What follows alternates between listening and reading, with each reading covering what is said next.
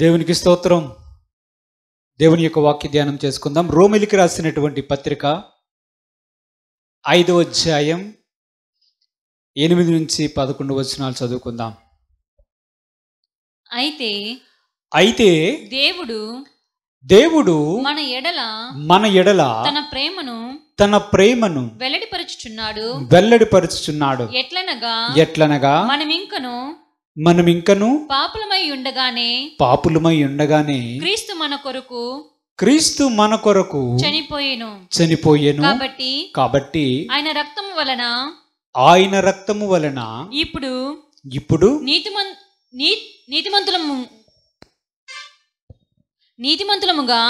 నీతిమంతులముగా తీర్చబడి మరింత నిశ్చయముగా ఆయన ద్వారా ఉగ్రత నుండి రక్షింపబడుదుము. ఏలయనగా శత్రువులమై యుండగా ఆయన కుమారుని మరణము ద్వారా మనము దేవునితో సమాధానపరచబడిన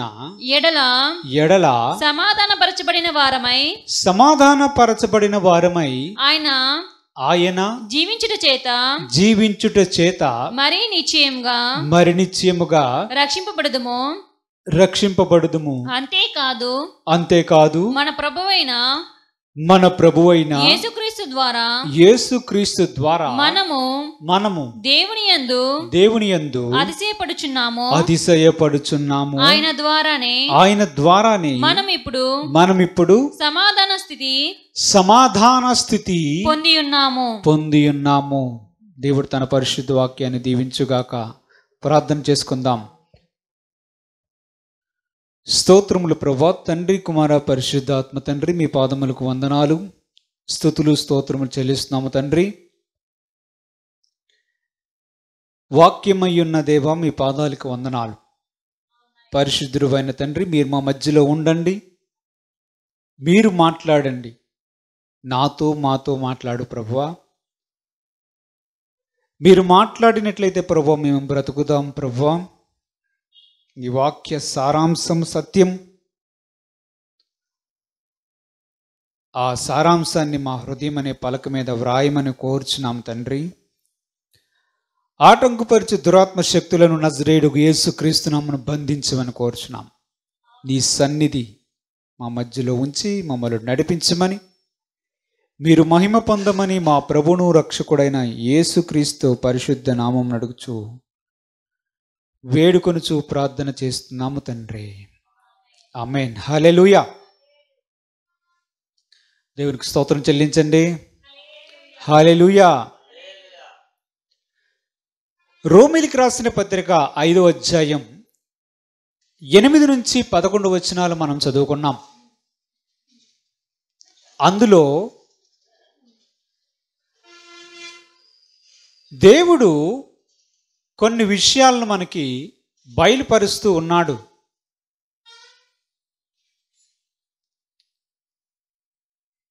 దేవుడు తనలో ఉన్నటువంటి కొన్ని లక్షణాలను మనకు కనపరుస్తూ ఉన్నాడు. తాను కూడా ప్రేమిస్తాడని, తాను కూడా తండ్రి వలె తన కుమారుడిని లేదా తన కుమార్తెని కోపగించుకుంటాడని మనకు కనిపిస్తూ ఉంది. దేవుడు సర్వశక్తిమంతుడై ఉన్నాడు. మనలందరినీ సృష్టించిన వాడై ఉన్నాడు. ఆయనకి ఫీలింగ్స్ ఉండొచ్చా? అసలు ఫీలింగ్స్ ఉండొచ్చా దేవుడికి? కోపం ఉండొచ్చా దేవుడికి?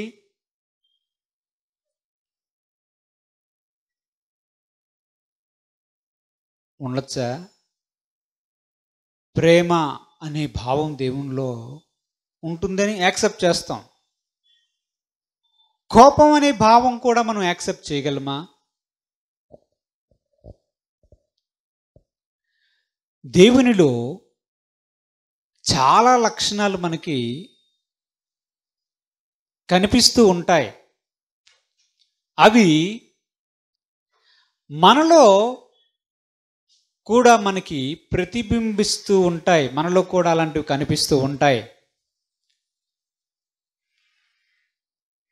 దేవుడు మనుషులను సృష్టించిన తరువాత ఆదికాండము 6వ అధ్యాయంలో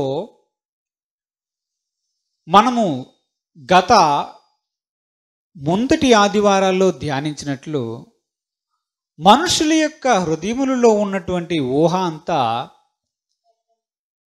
చూచినప్పుడు ఆయన ఏమనుకున్నాడు? ఈ మనుషుల్లో ఉన్నటువంటి ఊహ అంతయు కేవలము చెడ్డది అని తాను చూచి, మన ప్రభువైన దేవుడు సృష్టికర్త తన హృదయములో నొచ్చుకొనెను, పశ్చాత్తాపడ్డాడు, సంతాపపడ్డాడు మానవులను సృష్టించినందుకు అని ఉంది. ఉందా లేదా? దేవుని యొక్క ఫీలింగ్స్, దేవుని యొక్క ఆలోచనలు, మనోభావాలు మనం గమనిస్తే ఎంతగానో మనలను ప్రేమిస్తూ ఉంటాడు. అదే సమయంలో ఒక తండ్రి వలె ఆయన మనలను గద్దిస్తాడు. కొన్నిసార్లు ఆయన యొక్క కోపం ఉగ్రతా స్థాయికి కూడా చేరుకుంటుంది.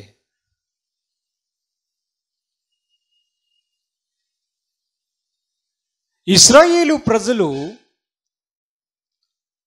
ఐగుప్తులో నుంచి వారికి ఇవ్వబడినటువంటి వాగ్దాన భూమి చేరే సందర్భములో వారి ప్రయాణ మార్గంలో అనేక సార్లు వారు ఏం చేశారంటే, ఐగుప్తులో తిన్నటువంటి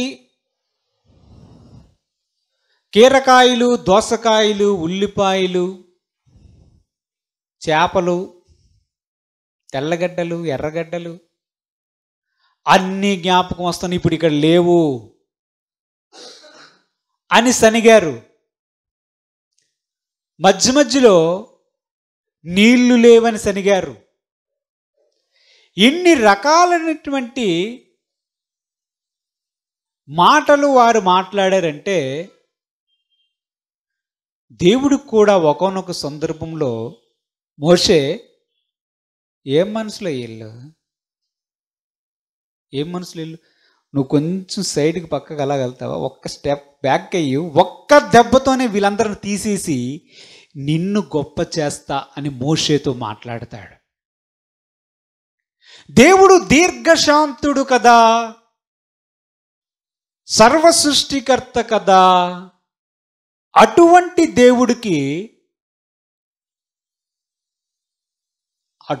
దేవుడికి మోషే పక్క జరుగు ఒకసారి, ఒక్క దెబ్బతో వీళ్ళందరిని తీసేస్తానంటాడు. మనుషులు సృష్టించి వారి వైపు చూచి వారి హృదయంలో ఆలోచనలు, వారు చూసినటువంటి ఊహలు, ఆలోచనలు అన్నీ చూసి మనుషులు ఎందుకు చేశానా అని చెప్పి హృదయంలో నొచ్చుకోవడం, సంతాపపడడం, బాధపడడం మనం చూస్తాం. దేవునిలో కూడా మనోభావాలు, కొన్ని ఫీలింగ్స్ మనకి కనిపిస్తాయి. దేవుడికి స్తోత్రం చెల్లించండి. హల్లెలూయా. ఎందుకు కనిపిస్తాయి? అలా ఉండొచ్చు దేవుడు. దేవుడు అంటే ఎలాగ ఉండాలి? ఎన్ని చేసినా సరే అలాగుండి ఏమి అనకూడదు, అంతే కదా.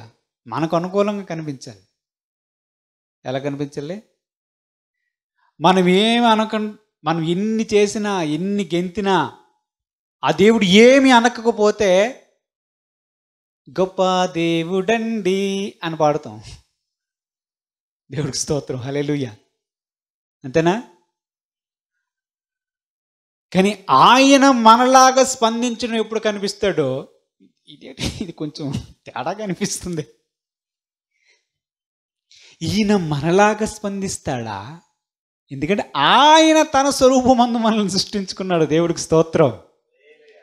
ఉంటాయి. దేవుడు ప్రేమిస్తాడు. దేవుని యొక్క వాక్యములో ఏమి రాయబడి ఉంది? మీలో నివసించుచున్న పరిశుద్ధాత్మను దుఃఖపరచుకుడి అన్నాడా లేదా? హలో మేడం, అన్నాడా? ఎక్కడన్నాడు? అక్కడ అన్నాడు. హల్లెలూయా. బైబిల్లో అయితే ఉంది. పరిశుద్ధాత్మ దేవుడు దుఃఖపరుస్తాడా? ఆయన దుఃఖపరచుడు. పరిశుద్ధాత్మను దుఃఖపరచుకుడి అంటే మనము చేసే క్రియల వలన పరిశుద్ధాత్ముడు దుఃఖపడతాడు, అంటే బాధపడతాడు. మీలో నివసిస్తున్నటువంటి దేవుని యొక్క ఆత్మ బాధపడతాడు, దుఃఖపడతాడు అనే విషయాన్ని దేవుడు వ్రాయించి ఉంచాడు. దేవుని యొక్క ప్రేమ చూస్తే ఒకవైపు నుంచి ప్రయాణం చేస్తూ ఉంటుంది. కొన్నిసార్లు మనం చేసిన చేష్టలు, ఈ వెర్రి పనులన్నీ ఒకవైపు నుంచి ఆయనకి ఈయనొక్క దెబ్బకి ఒక వేటి వేస్తానా వీడిని అనిపిస్తుంటుంది. మరలా పోన్లే, చిన్న జీవి, పురుగు ఈడు ఎంతకాలం ఉంటాడు? ఈడు 60-70 ఉంటాడు. ఈ పురుగుకి ఎందుకులే, ఎంత అవసరమా అని చెప్పి జాలి పడతా ఉంటాడు. దేవునిలో ఈ భావాలు అలాగే ఒకేసారి కలిసి ప్రయాణం చేస్తుండడం మనకు అనిపిస్తుంది. ఇప్పుడు మనం చదవబడినటువంటి రోమీలకు రాసినటువంటి 5వ అధ్యాయంలో 8వ వచనములో మనము చదివితే, అయితే దేవుడు మన ఎడల తన ప్రేమను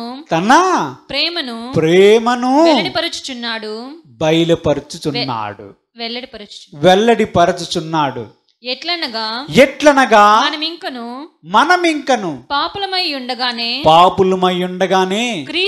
క్రీస్తు మన కొరకు చనిపోయెను. కాబట్టి ఆయన రక్తము వలన ఇప్పుడు నీతిమంతులుగా తీర్చబడి మరింత నిశ్చయముగా ఆయన ద్వారా ఉగ్రత నుండి రక్షింపబడదాం. దేవునికి స్తోత్రం చెల్లించండి. హల్లెలూయా. ఆ వాక్యములో ఏమనుంది? దేవుని ప్రేమ ఉంది. ఇంకొక వైపు చెప్తున్నాడు ఉగ్రత అంటాడు. ఒకవైపు ప్రేమ, ఒకవైపు ఏమో దేవుడు తన ప్రేమను వెల్లడిపరుచుచున్నాడు అంటున్నాడా లేదా? ఇంకోవైపు ఏమంటున్నాడు? దేవుని ఉగ్రత నుంచి ఏమన్నాడు? రక్షింపబడుదుము. అదేంటిది? ఒకవైపు ఉగ్రత, ఇంకొక వైపు దేవుని ప్రేమ. ఇది మన దేవునిలో కనిపిస్తుంది. దేవుడు ఒకవైపు ఉగ్రత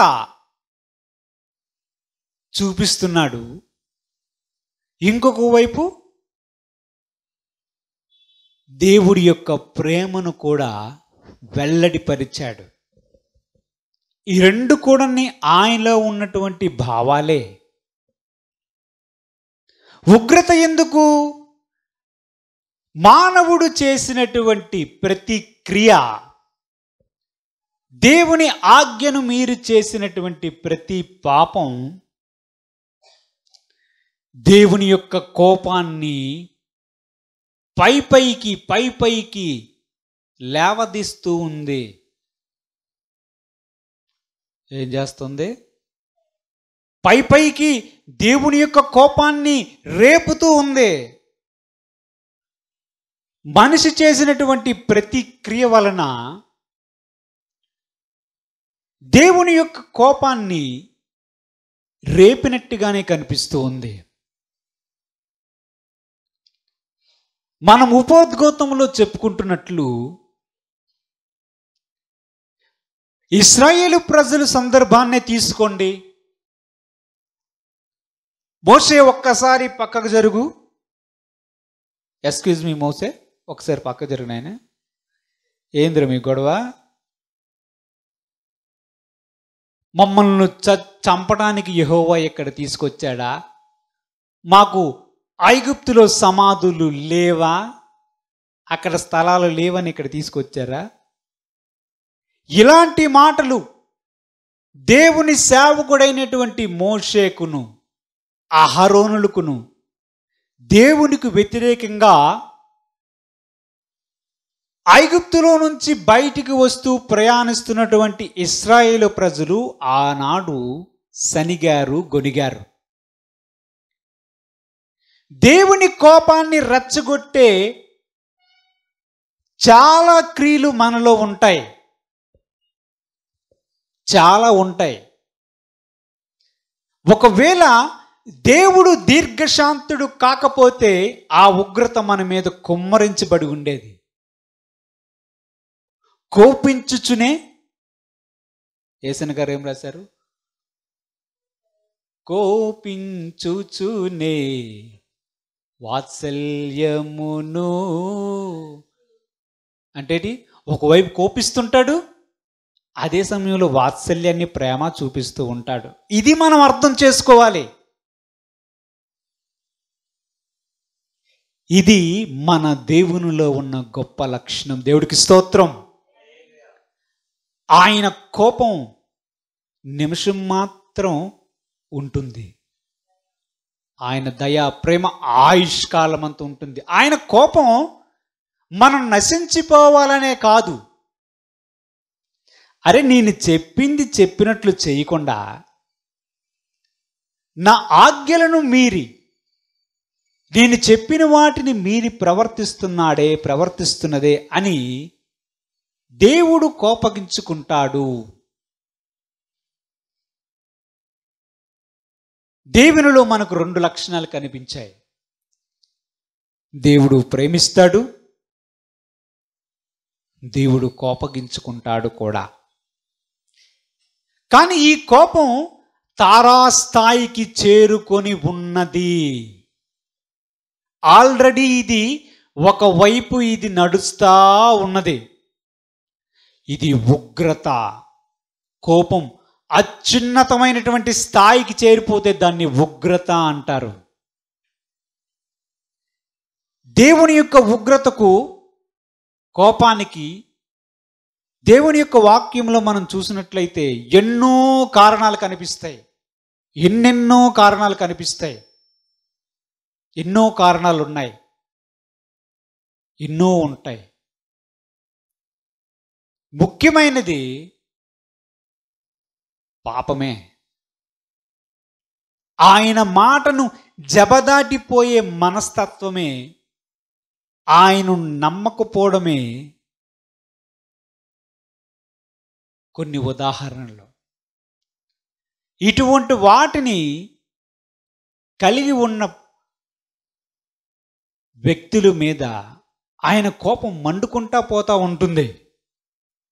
ఇశ్రాయేలు ప్రజల మీద చాలాసార్లు ఆయన కోపగించుకోవడానికి కారణం ఏమిటది? కోపగించడానికి కారణం ఏమిటి? అవిశ్వాసం, దేవుని మీద సనగడం, గొణగడం, దేవుని సేవకుల మీద తిరుగుబాటు చేయడం, దేవుని మీద తిరుగుబాటు చేయడం, చాలా లక్షణాలు కనిపిస్తూ ఉంటాయి. అయితే ఇక్కడ చెప్పబడుతున్నటువంటి ఉగ్రత తీక్షణమైనది. ఆ నిమిషానికి కోప్పడ్డాడేమో, మళ్ళా మర్చిపోతాడు దేవుడు. మనలాంటోడు కాదు. దేవుడికి స్తోత్రం చెల్లించండి. రాసుకోడు గంటలో, ఇది శిలాపలకాన్ని చెక్కి ఇలా గంట పెట్టి ఇనుపు ముళ్ళతో రాసుకోడు. కానీ ఒక ఉగ్రత ఉన్నది, అది చాలా తీక్షణమైనది. ఇది సర్వ మానవాళి మీద నిలిచి ఉన్నది. నేటికి కూడా ఒక ఉగ్రత ఉన్నది.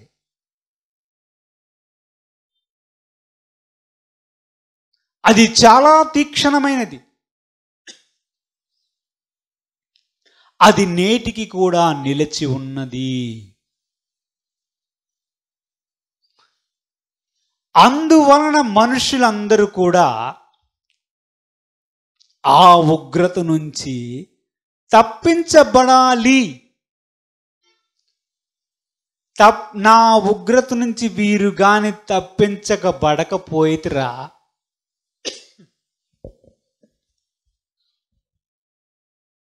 వీరందరూ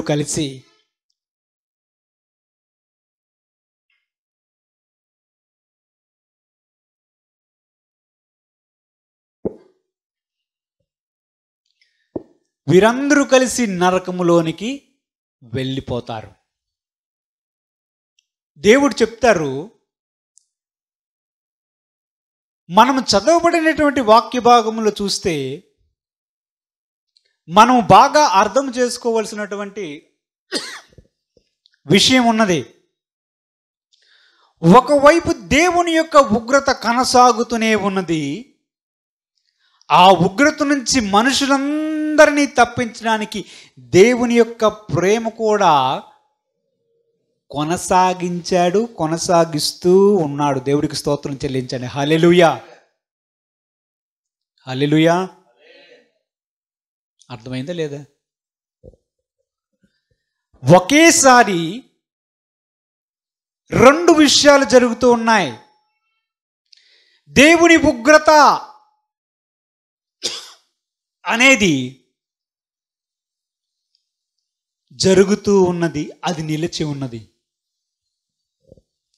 అదే సమయంలో దేవుని ప్రేమ అనేది కూడా కొనసాగుతూ ఉన్నది. ఈ దేవుని యొక్క ఉగ్రత నుంచి మనుషులందరూ తప్పించబడాలి అని ఆయనే మరలా అదే దేవుడు ప్రేమను కూడా చూపించి, అరే నా ఉగ్రత నుంచిలోని వీళ్ళని ఎలాగైనా తప్పించాలి. ఆ ఉగ్రత అయితే నిశ్చయం, ఆ ఉగ్రత సర్వ మానవాళి మీదకి రాబోతుంది, అందరి మీదకి అది రాబోతుంది. ఎందుకంటే అది తప్పదు. మానవులందరి మీదకి, పాపము చేయు ప్రతి వారికి, పాప విమోచన లేని ప్రతి ఒక్కరికి ఆ ఉగ్రతను ఎదుర్కోవాల్సినటువంటి సమయం, సందర్భం అతి త్వరలో ఆసన్నమవబోతుంది. అతి త్వరలో ఆ ఉగ్రత దినమును, దేవుని యొక్క తీక్షణమైన ఉగ్రతను ఎదుర్కోవలసినటువంటి ఒక సందర్భం అందరూ చూస్తారు. ఏ మతమైనా, ఏ కులమైనా, ఏ ప్రాంతమైనా ఏ తేడా లేదు. సృష్టికర్త యొక్క ఉగ్రత కుమ్మరించబడే దినం ఒకటి రాబోతుంది. దేవుడు అందుకని, అయ్యో నేను సృష్టించినటువంటి నా బిడ్డలు, నేనైతే ఈ ఉగ్రతను ఇప్పుడు తప్పనిసరిగా విధించాల్సి ఉన్నది, దీని నుంచి నేను ఎలాగైనా వీరిని తప్పించాలి అని తనలో ఉన్నటువంటి ప్రేమను కూడా అదే దేవుడు చూపించాడు. దేవునికి మహిమ కలుగును గాక. ఎలా చూపించాడు అంటే, దేవుడు లోకమును ఎంతగానో ప్రేమించును కాగా తన అద్వితీయ కుమారుడు మన ప్రభు అయిన యేసుక్రీస్తుని ఈ లోకములోనికి పంపించాడు. ఆయన యందు విశ్వాసముంచువాడు నశింపక నిత్య జీవము వానికి కలుగునట్లు దేవుడు తన కుమారుని పంపించాడు. దేవునికి మహిమ కలుగును గాక. హల్లెలూయా. ఆ ప్రేమ మనకు చూపిస్తూ ఉన్నాడు. సింపుల్గా సులభంగా మనకు అర్థం కావాలంటే, దేవుడే ఉగ్రత కలిగి ఉన్నటువంటి అదే దేవుడే ఆ ఉగ్రత నుంచి తప్పించుకోవడానికి మార్గాన్ని కూడా అదే దేవుడు చూపిస్తూ ఉన్నాడు. ఇది ఎంత విడ్డూరం. అర్థమైందా నేను చెప్పింది? అర్థమైందా లేదా? హల్లెలూయా. ఇప్పుడు కోర్టుకి వెళ్ళారండి. కోర్టులో జడ్జి న్యాయమూర్తి గారు ఒక శిక్షను విధించాడు. ఏం విధించాడు? పోనీ ఉరి శిక్ష అనుకుందాం. ఉరి శిక్షను విధించాడు అనుకుందాం.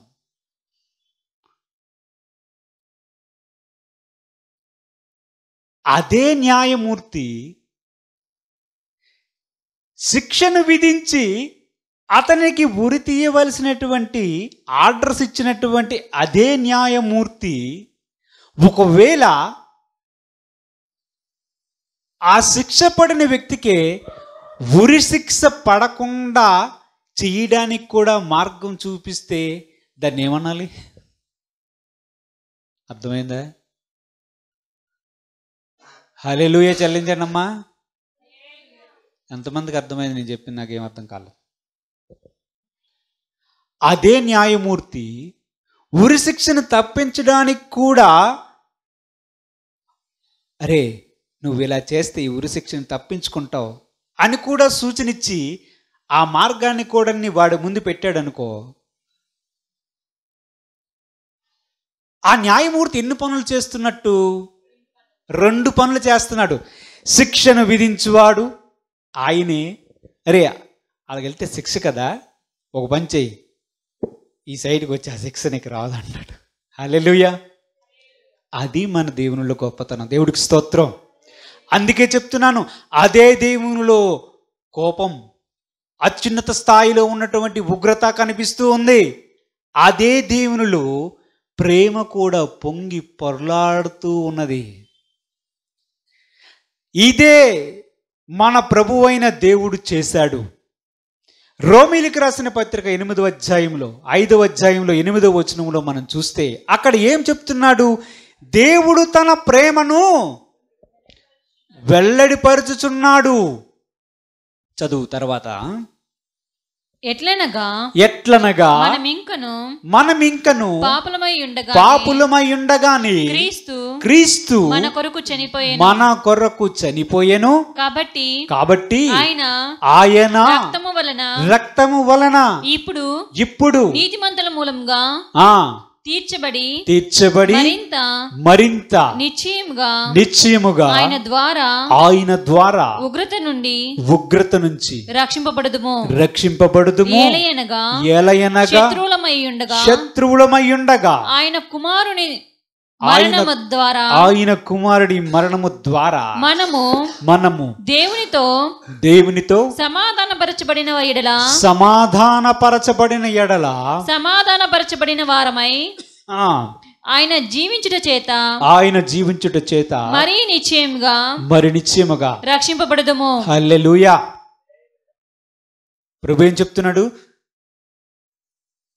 రే బాబు, నాకు ఉగ్రత అనేది ఉన్నది. నీవు చేసినటువంటి పాపముల వలన, నువ్వు చేస్తున్నటువంటి దోషముల వలన నీవు నాకు నీ మీద ఉగ్రత కుమ్మరించడానికి అవకాశం ఇస్తూ ఉన్నావు. నేను అనాది సంకల్పము నుంచే నా యొక్క దైవ మర్మాన్ని ప్రజలందరికీ ప్రకటించాను. మనుషులందరూ రక్షణ పొందాలని ఒక క్రియను చేశాను. నేను నా సొంత కుమారుడైనటువంటి క్రీస్తును మీ యొద్దకు పంపించాను. ఆ ఉగ్రత నుంచి తప్పించుకోవడానికి మార్గం క్రీస్తు ప్రభువునందు నువ్వు విశ్వాసం ఉంచితే చాలు, దాని నుంచి నీవు బయటికి వచ్చేస్తావు అనే విషయాన్ని ప్రభువు చెప్పాడు. అదే దేవుడు ఉగ్రత మూర్తి అయి ఉన్నటువంటి దేవుడు, నువ్వు ఇలా చేస్తే నీకును నాకును సమాధాన స్థితి ఏర్పడుతుంది. కాబట్టి ఇక మీదట నా ఉగ్రత నీ మీదకు రాదు, నీవు క్షేమముగా నాతో పాటు యుగయుగములు జీవించే కృప నీకు అనుగ్రహిస్తానని చెప్పాడు. దేవుడికి స్తోత్రం. హల్లెలూయా. దేవుని యొక్క ఉగ్రతకి ఇప్పుడు ఒక తండ్రి ఉన్నాడు అనుకుందాం. తండ్రి కుమారుడు చేసినటువంటి వెర్రి పనికి ఊగిపోతూ ఉన్నాడు అనుకుందాం. కనిపించట్లేదు నాకు. హల్లెలూయా. ఊగిపోతూ ఉన్నాడు అనుకుందాం.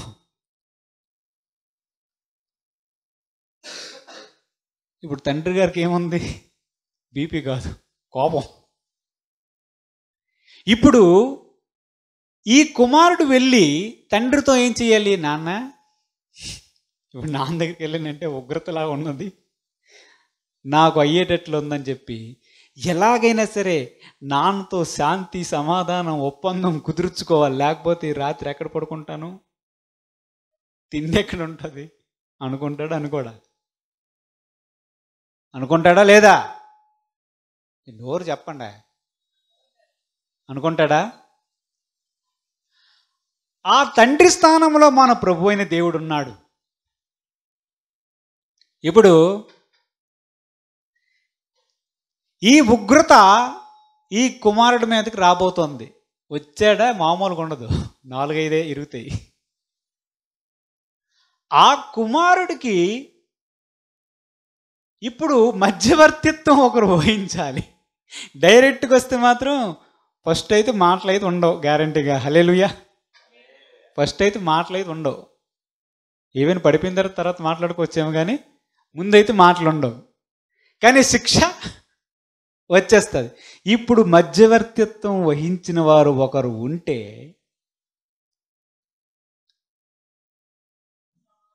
సమాధానపరచబడడానికి అవకాశం ఏర్పడుతుంది. అవునా? ఇప్పుడు అమ్మగారు వస్తారు, ఆడేదో పోన్లేండి చేసాడండి అని చెప్పి మెల్లగా నాన్న కోపాన్ని కానీ ఒకవేళ తగ్గించింది అనుకోండి, వీడు ఇంట్లోకి వచ్చినప్పటికీ అంత వాతావరణం అంతా శీతాకాలంలో చలిగాలిలాగా హాయిగా ఉంటుంది. ఉండదా? దేవుడికి స్తోత్రం. అక్కడ అమ్మ చేసిన పని మన ప్రభు అయిన యేసుక్రీస్తు చేశాడు, సమాధాన పరిచాడు. దేవుడికి స్తోత్రం. అందుకే ప్రభువు చెప్తున్నాడు, నా కుమారుని నిన్ను పంపించాను. ఆ కుమారుడు త్యాగం చేశాడు, ప్రాణమిచ్చాడు. ఆ కుమారుడు యందు నువ్వు నమ్మిక ఉంచితే చాలు, నా ఉగ్రత తొలగించే మార్గం, నాతో సమాధానపడే మార్గాన్ని నీ ముందు ఉంచాను. నువ్వు తెలుసుకోవాలని నేనెంతో కోరుచున్నానని దేవుని యొక్క ఉద్దేశం. ఈ సందర్భంలో యెషయా గ్రంథం 9వ అధ్యాయం 6వ వచనాన్ని చదువుకుందాం. ఏలయనగా మనకు శిశువు పుట్టెను, మనకు కుమారుడు అనుగ్రహింపబడెను, ఆయన భుజము మీద రాజ్యభారముండెను. ఆశ్చర్యకరుడు, ఆలోచనకర్త, బలవంతుడైన దేవుడు, నిత్యుడగు తండ్రి, సమాధానకర్తయగు అధిపతి అని అతనికి పేరు పెట్టబడును. దేవునికి స్తోత్రం చెల్లించండి. హల్లెలూయా. ఈ శిశువు ఎవరు? మన ప్రభు అయిన యేసుక్రీస్తు. ఆయనకు అనేకమైనటువంటి నామములు ఇవ్వబడ్డాయి. బలవంతుడైన దేవుడు, నిత్యుడగు తండ్రి, ఆయన భుజముల మీద రాజ్యభారం ఉంది. అన్నీ మాట్లాడుతూ చివరికి ఆయన ఏం చెప్తున్నాడు? ఆయన పేరు సమాధాన కర్తయగు తండ్రి దేవుడు ఎవరైనా ఎవరు? యేసుక్రీస్తు. ఈ యేసుక్రీస్తు పేరు సమాధాన కర్త, అధిపతి. ఎవరితో సమాధానపరుస్తాడు? తండ్రితో సమాధానపరుస్తాడు. ఎవరితో సమాధానపరుస్తాడు? మనలను, ఉగ్రతకు సిద్ధమైనటువంటి మనము చేసినటువంటి పాపములకు, దోషములకు, అతిక్రములకు, నరకములో వేయబడవలసినటువంటి మనకు యేసుక్రీస్తు అను తన కుమారుణ్ణి పంపించడము ద్వారా తన ప్రేమను వెల్లడిపరిచాడు మన ప్రభు అయిన దేవుడు. దేవుడికి స్తోత్రం. ఆ ప్రభు అయిన దేవుడికి, మన ప్రభు అయిన యేసుక్రీస్తుకి ఉన్న పేరు సమాధానకర్త. ఈ సమాధానకర్త వచ్చి ఏం చేశాడంటే, మన పాపములు అన్నిటినీ తీసివేయడికై కల్వరి సిలువలో ఆయన మరణమై బలియాగమయ్యాడు. ఆయన చిందించినటువంటి రక్తము ద్వారా సమస్త మానవాళి పాపములను ఆయన కడిగివేశాడు. ఆ రక్తము మనకి నేటికి అందుబాటులో ఉన్నది. ఇది దేవుని ప్రేమ. ఆయన కల్వరి సిలువలో మన కొరకు మరణించి రక్తము కార్చడము ద్వారా తన ప్రేమను దేవుడు వెల్లడిపరిచాడు. ఉగ్రత దినమందు గొప్ప శిక్షను, నరక శిక్షను ఎదుర్కోవలసినటువంటి మనుషులకు ఆయన ఒక మార్గాన్ని కూడా చూపించాడు. నా కుమారుడా, నా కుమార్తె, నీవు నశించిపోవడం నాకు ఇష్టం లేదు. ఎందుకంటే నీ నాసికా రంధ్రముల్లో జీవవాయువును ఓదగా నీవు జీవాత్మ అయ్యావు. నీవు నా సత్తు, నా స్వరూపమందు నా పోలికి చెప్పున నేను నిన్ను చేసుకున్నాను. నువ్వు నశించిపోవడం నాకు ఇష్టం లేదు. అపవాదికిని వాని అనుచరులకు నియమించినటువంటి నిత్య నరకాగ్నిలోనికి నువ్వు వెళ్ళడం నాకు ఇష్టం లేదు. నిన్ను దానిలో నుంచి తప్పించాలి. దానిలో నువ్వు వెళ్ళకూడదు. నువ్వు వాడిని వెంబడించకూడదు. నువ్వు వాడిని వెంబడించడానికి వీలు లేదు. ఈ లోకాధికారి వాడు. ఈ లోకాన్ని ప్రేమించుకో, ఈ లోకాన్ని ప్రేమించుకో, నన్ను ప్రేమించు. నువ్వు గాని ఈ లోకాన్ని ప్రేమిస్తే, ఆయన చెప్తున్నాడు, ఈ లోకమును ప్రేమించు వారిలో తండ్రి ప్రేమ ఏమాత్రమును ఉండదని 1 యోహాను పత్రికలో మనకు కనిపిస్తుంది. నేత్రాస, శరీరాస, జీవపుడంబము ఉన్నవారిలో తండ్రి ప్రేమ ఉండదు. అవి తండ్రి వలన పుట్టినవి కావు అని ఆయనే స్వయంగా చెప్పాడు. మన ప్రభువైన దేవుడే స్వయంగా వాటిని చెప్పాడు. మరలా ఏం చెప్పాడు? యాకోబు పత్రిక 4వ అధ్యాయం 1 నుంచి కొన్ని వచనాలు మనం చూసుకుంటే ప్రభు చెప్తున్నాడు, ఈ లోక స్నేహం దేవునితో వైరమని మీరు ఎరుగురా. కాబట్టి ఎవడైనను ఈ లోకముతో స్నేహము చేసిన ఎడల వాడు దేవునికి శత్రువగును అన్నాడు. దేవునికి స్తోత్రం, హల్లెలూయా. ఏమవుతుంది? దేవునికి శత్రువు అంటవాడు ఎవరు? లోకాన్ని ప్రేమించేవాడు, లోకముతో స్నేహం చేసేవాడు దేవునికి శత్రువు అగుతాడని చెప్తున్నాడు. అది అలాగే పట్టుకొని మనము చదవబడినటువంటి రోమీలకు రాసినటువంటి 5వ అధ్యాయం 8వ వచనం నుంచి కొన్ని వచనాలు మనం అక్కడ చదువుతునేటప్పుడు అక్కడ ప్రభువు చెప్తున్నాడు. ఏ వచనాలు చెప్తున్నాడు? మనం ఇంకను శత్రువులమై ఉండగానే ఏలియనగా ఆ శత్రులమై ఉండగా శత్రువులమై ఉండగానే ఆయన కుమారుని మరణము ద్వారా మనము దేవునితో సమాధానపరచబడిన ఎడల సమాధానపరచబడిన వారమై ఆయన జీవించుట చేత మరి నిశ్చయముగా రక్షింపబడుదుము. అంతేకాదు మన ప్రభువైన యేసుక్రీస్తు ద్వారా మనము దేవుని యందు అతిశయపడుచున్నాము. ఆయన ద్వారానే మనము ఇప్పుడు సమాధాన స్థితి పొంది ఉన్నాము. చదువు. సమాధాన స్థితి పొంది ఉన్నాం. దేవుడికి స్తోత్రం. హల్లెలూయా.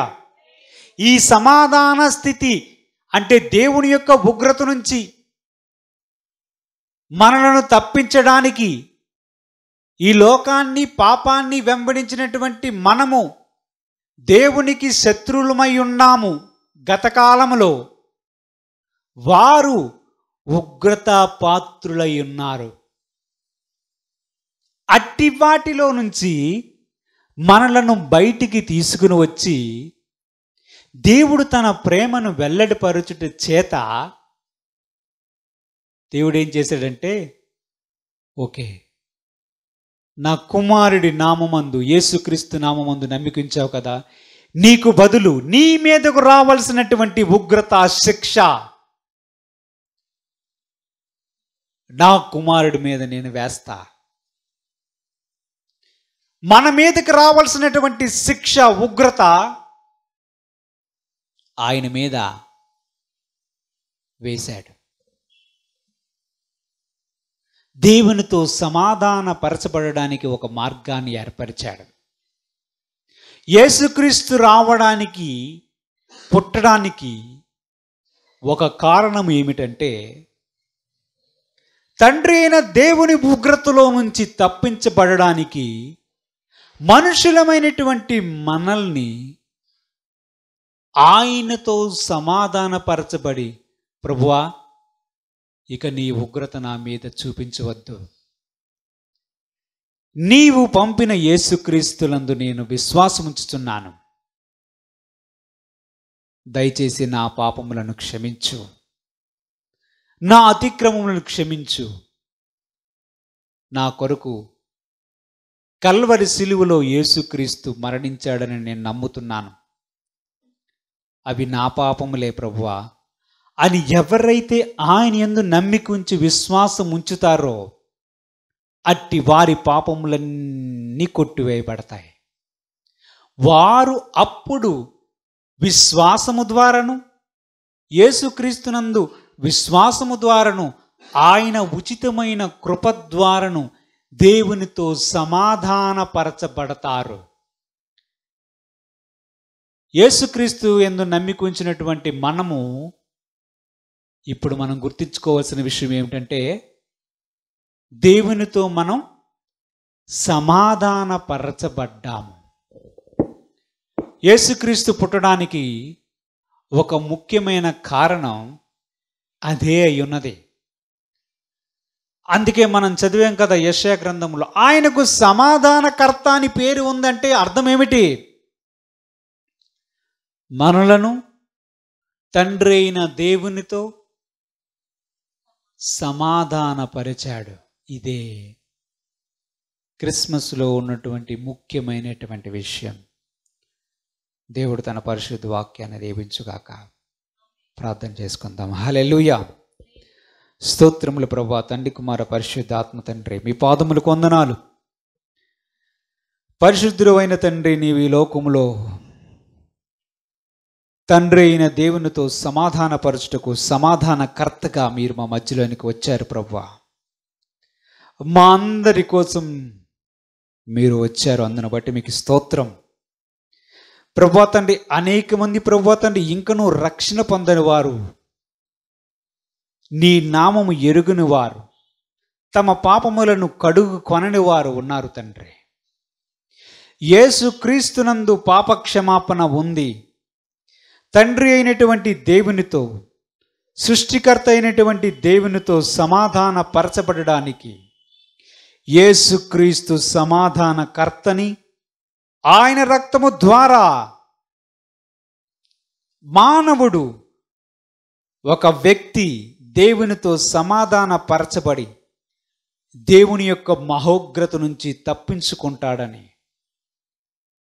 అందునిమిత్తమే నీవు ఈ లోకానికి వచ్చావని, ఈ వర్తమానం వింటున్న వారితో నీవు మాట్లాడమని, ఈ వాక్యాన్ని మా హృదయమనే పలక మీద మీరు వ్రాయమని మా ప్రభువును రక్షకుడైన యేసుక్రీస్తు పరిశుద్ధ నామమున అడుగుచు వేడుకొనుచున్నాము తండ్రి. ఆమేన్. హల్లెలూయా.